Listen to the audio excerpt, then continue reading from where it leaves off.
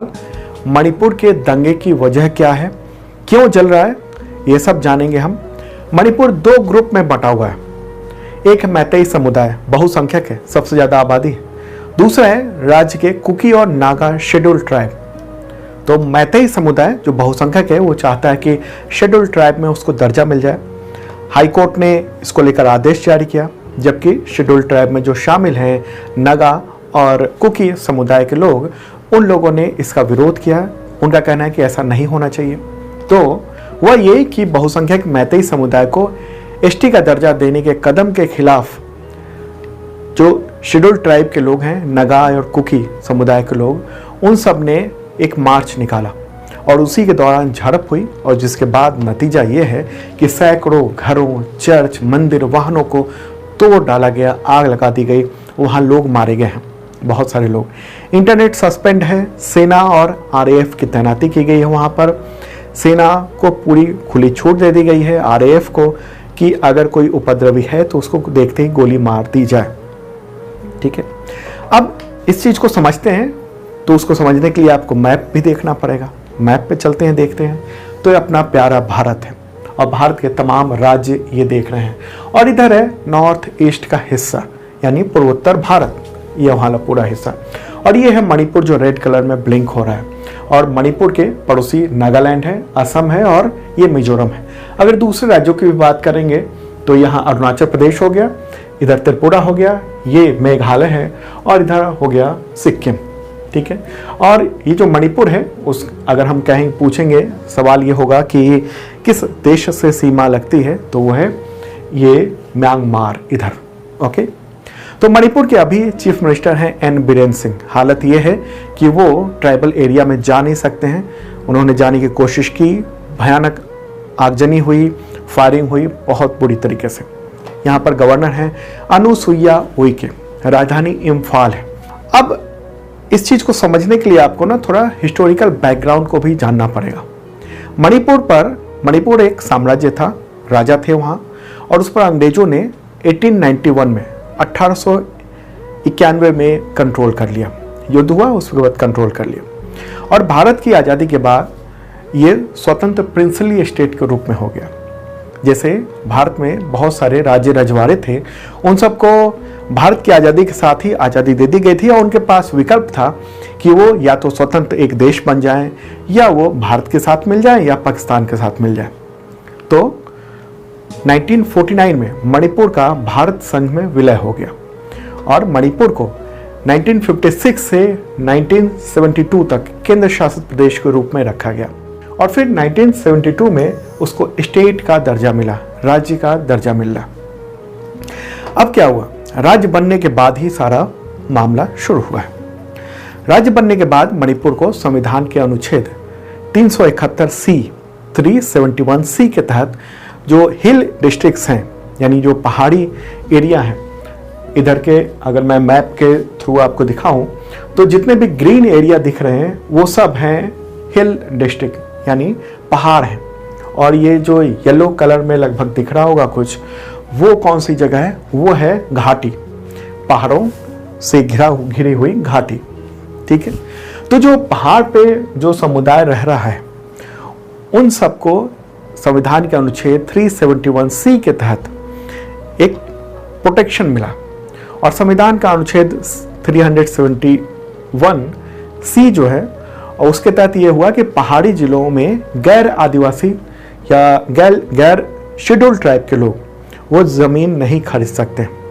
ये जो धारा यानी अनुच्छेद 371C है, वो लगभग जम्मू कश्मीर में जो अनुच्छेद था 370 उसी की तरह था, जिसको खत्म कर दिया गया जम्मू कश्मीर में।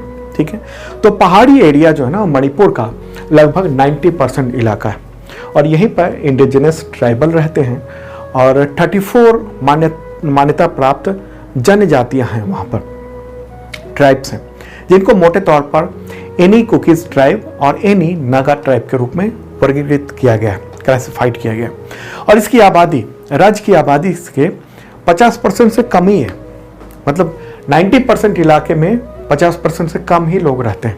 और जो घाटी एरिया है, ये वाला और यहाँ वाला, यहाँ पर ये जो पूरे राज्य का 10% इलाका है और यहाँ मैतेई समुदाय के लोग रहते हैं। इनमें से कुछ को ओबीसी और कुछ को शेड्यूल कास्ट का दर्जा प्राप्त है, एससी का। और जो मैतेई कम्युनिटी के लोग हैं उनकी आबादी 53% है। और इन्हीं को जो मैतेई लैंग्वेज है ना, जिसको मणिपुरी लैंग्वेज कहते हैं या मणिपुरी पीपुल कहते हैं मैतेई को, तो वही वो जो लोग भाषा बोलते हैं मैतेई लोग, जो बहुसंख्यक हैं और जो वैली में रहते हैं यानी जो घाटी में रहते हैं, तो उन्हीं की भाषा संविधान के 22 ऑफिशियल लैंग्वेज में से एक है मणिपुरी भाषा।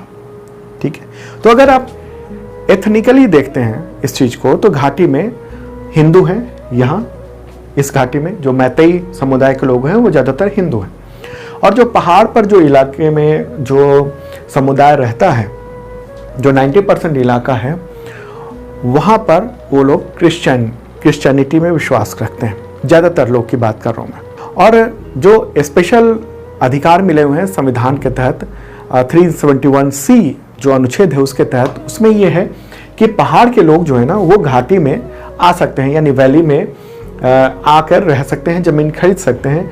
लेकिन यहाँ के जो लोग हैं जिनको एसटी का दर्जा नहीं मिला है, मैतेई, वो इन इलाकों में ज़मीन नहीं खरीद सकते हैं। अच्छा, यहाँ पर ना डेवलपमेंट का भी बहुत ज़्यादा असमानता है। पहाड़ी इलाकों में हेल्थ सर्विसेज, एजुकेशन, तमाम रोड, इन सब की स्थिति बहुत ही जर्जर है, ख़राब है, नहीं है। जबकि जो वैली इलाका है वहाँ पर संपन्नता है, वहाँ एजुकेशन है, इंस्टीट्यूट्स हैं, वहाँ हेल्थ के अस्पताल मतलब हेल्थ सर्विसेज बेहतर है, अस्पताल बेहतर है। तो इसको कहते हैं हिल वैली डिवाइड। यहाँ पर एक और मामला ये भी है कि 90% इलाके में जो लोग रहते हैं उनका विधानसभा में प्रतिनिधित्व केवल 20 का, टोटल विधानसभा में सीटें हैं 60, उनमें से 20 चुन के आते हैं ये तमाम जो हिल एरिया हैं, हिल डिस्ट्रिक्ट्स हैं वहाँ से। और जो 40 सीटें हैं वो इन इलाकों से है, ये जो डेंस पॉपुलेशन है वहाँ पर। तो इसकी वजह से भी दोनों में टेंशन काफ़ी रहता है। अब सवाल ये है कि टेंशन तो ये ऐतिहासिक है, अब विवाद क्यों भड़क गया? मैतेई समुदाय के लोगों की डिमांड रही है कि उनको जनजाति यानी ट्राइब का दर्जा दिया जाए। ऐसा होता है तो वे सारे अधिकार, वो सारे प्रोटेक्शन जो हिल एरिया में शेड्यूल्ड ट्राइब को मिले हैं, जैसे कुकी और नगा को, वही अधिकार मैतेई समुदाय को भी मिल जाएंगे। तो मैतेई समुदाय के लोग पहाड़ों पे भी जमीन खरीद सकेंगे। और आपको बताऊं कि ये जो पूरा मामला है ना, ये भड़का कब से, मतलब डिमांड तो बहुत पहले से होती रही है, लेकिन जो सरकार है, केंद्र सरकार है, उसने 2013 में ट्राइबल अफेयर्स मिनिस्ट्री जो है केंद्र सरकार की, उसने स्टेट गवर्नमेंट से सलाह मांगी कि मैतेई को शेड्यूल्ड ट्राइब का दर्जा दे दिया जाए क्या, मतलब वहाँ की टोटल जो पॉपुलेशन है उन सबको शेड्यूल्ड ट्राइब का दर्जा मिल जाएगा। तो उसका कुछ विरोध हुआ, बातें हुई, फिर मामला लटका रहा। अब अप्रैल 2023 में, पिछले महीने की बात है, मणिपुर हाई कोर्ट ने यह आदेश दे दिया कि मैतेई समुदाय को भी शेड्यूल्ड ट्राइब का दर्जा दिया जाए और 4 हफ्ते में इस पर कार्रवाई करें। मैतेई समुदाय के लोगों की दलील थी कि 1949 में जब मणिपुर भारत संघ में मिला, ये रियासत जो था उसका विलय जब हुआ, उससे पहले मैतेई समुदाय को जनजाति के रूप में मान्यता मिली हुई थी। लेकिन जब विलय हुआ उसके बाद जनजाति यानी शेड्यूल्ड ट्राइब, उसकी पहचान उसकी खत्म हो गई। तो हाईकोर्ट ने यह फैसला सुनाया और उसी के बाद विवाद भड़क गया। हिल एरिया और जो वैली एरिया है वहाँ के लोग आपस में टकराने लगे। अब क्या हुआ, तो एक तो डिमांड आपने सुना कि जो मैतेई समुदाय के लोग हैं उन लोगों ने क्या कहा।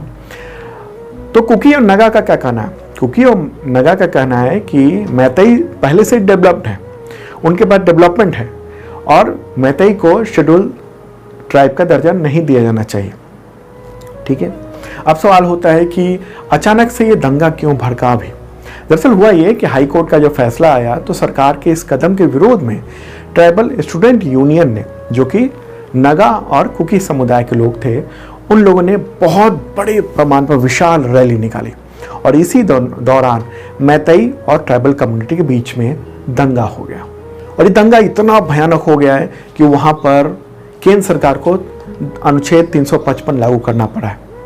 आर्टिकल 355 ये क्या होता है? आर्टिकल 355 में केंद्र सरकार को आंतरिक गड़बड़ी और बाहरी आक्रमण के खिलाफ राज्य की रक्षा के लिए सभी आवश्यक कदम उठाने का अधिकार देता है।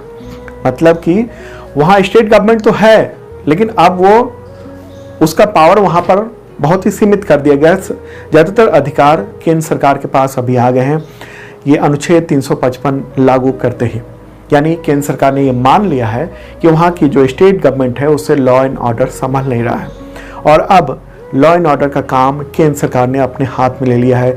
सेना वहाँ पर स्पेशल जहाज़ों से, एयरफोर्स के जहाज़ से वहाँ पर सेना भेजी जा रही है, रैपिड एक्शन फोर्स वहाँ पर भेजा जा रहा है। चप्पे चप्पे, पहाड़ दर पहाड़ पर वहाँ पर सेना तैनात किए जा रहे हैं।